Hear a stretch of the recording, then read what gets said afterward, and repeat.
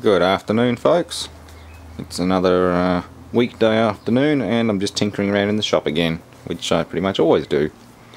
Later I'm playing video games, but tonight, well, the last few nights I've been just persisting with this one, and as you saw by the last video, I actually succeeded in getting it going. Yeah, so I've pulled it to bits again now that I know it's going to work. I'm going to finish off the cooling system. We'll scrape all this old gasket and crap off.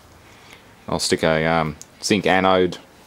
Might make up a stainless plate that sort of sits up in there with a zinc anode sitting on top of it, or bolted to it.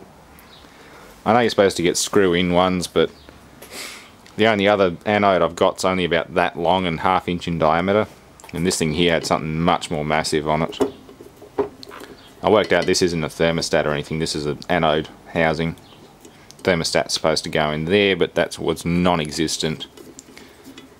Nobody used it or changed it, but that's the remains of the old anode. So either that or I make the it's an old hull anode.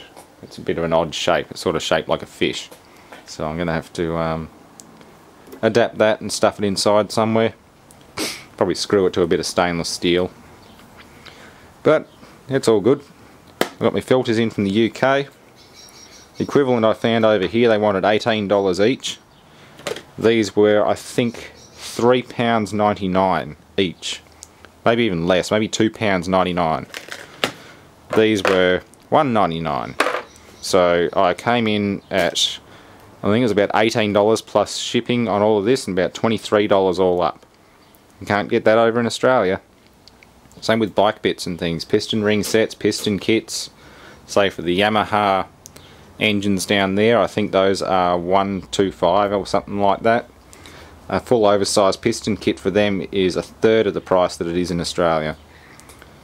I've also had some other goodies come in from eBay, the United States. Those are line taps for refrigeration systems. Definitely illegal now in Australia, but who cares? I like to salvage old air conditioners, and sometimes you just got to be able to add refrigerant to them, or at least see what's going on. If you think there's a fault with a reversing valve or something, sometimes you've got no other option to either put one of these on it or just take the unit to the junkyard and throw it away. So yeah, I did buy some line taps. So I'm going to put my diesel fuel filter back together again. I did notice I got a little chip in the glass there, which is unfortunate. I know that wasn't there when I took it apart, so I've obviously knocked it at one stage. But I'll just put a little bit of black mastic on that, set it all together with new O-rings, and just let it sit for a while. It's a proper Delphi or Nippon Denso diesel fuel system. One inlet, two outlets, or whatever it is. Actually no, it's got two inlets and two outlets, and a water drain, of course. The bowls just so you can see how much water's in there. These things here were just, they said they were for diesel fuel, but that filter screen looks way too coarse. I'm just going to use them on gasoline engines. And they are approved for gas and diesel or oil or biofuel or veggie oil, whatever they put on the description. And that all came from Thornycroft Marine UK. I can't remember the exact address, but just Google Thornycroft UK and it pretty much comes up with a website to buy all sorts of diesel parts for Thornycroft engines and other consumables. So yeah, that's what I'm up to. I'm going to clean this up. I'm going to replace this oil line because it's weeping. It made a little bit of a mess on the floor. It's just rusted through. The whole thing's a bit screwed. So I'm going to take all this off and just desolder that. It's just silver soldered in there. And I'm going to replace it with a bit of capillary tube, same as I did with the Chinese diesel. I just took a bit of cap tube from an old air conditioner and brazed it in as a replacement. It'll never rust out.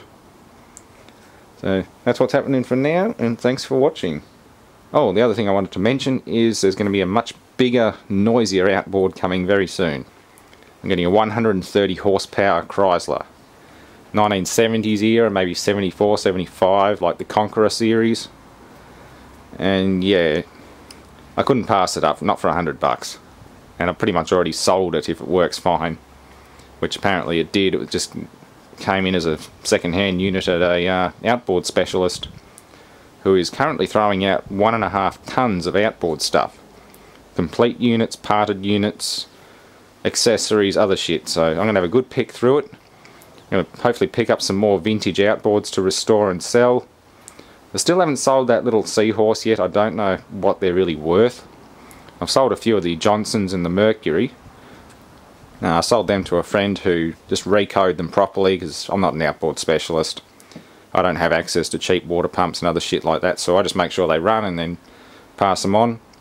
But the Seahorse, well, that's got to be worth $800 or so, I reckon. So yeah, that's what's happening. We've got outboards, we've got marine inboards, or diesel inboard. And soon enough, well, I might as well just dig a marina out there and turn into a boat shop with the way things are going. But yeah, my mate wants to put the 130 horsepower on his 15 footer. Apparently he said it needs at least 100 horsepower, so 130 should be fun. I might even go with him on the maiden voyage and hopefully we'll come back. Thanks for watching.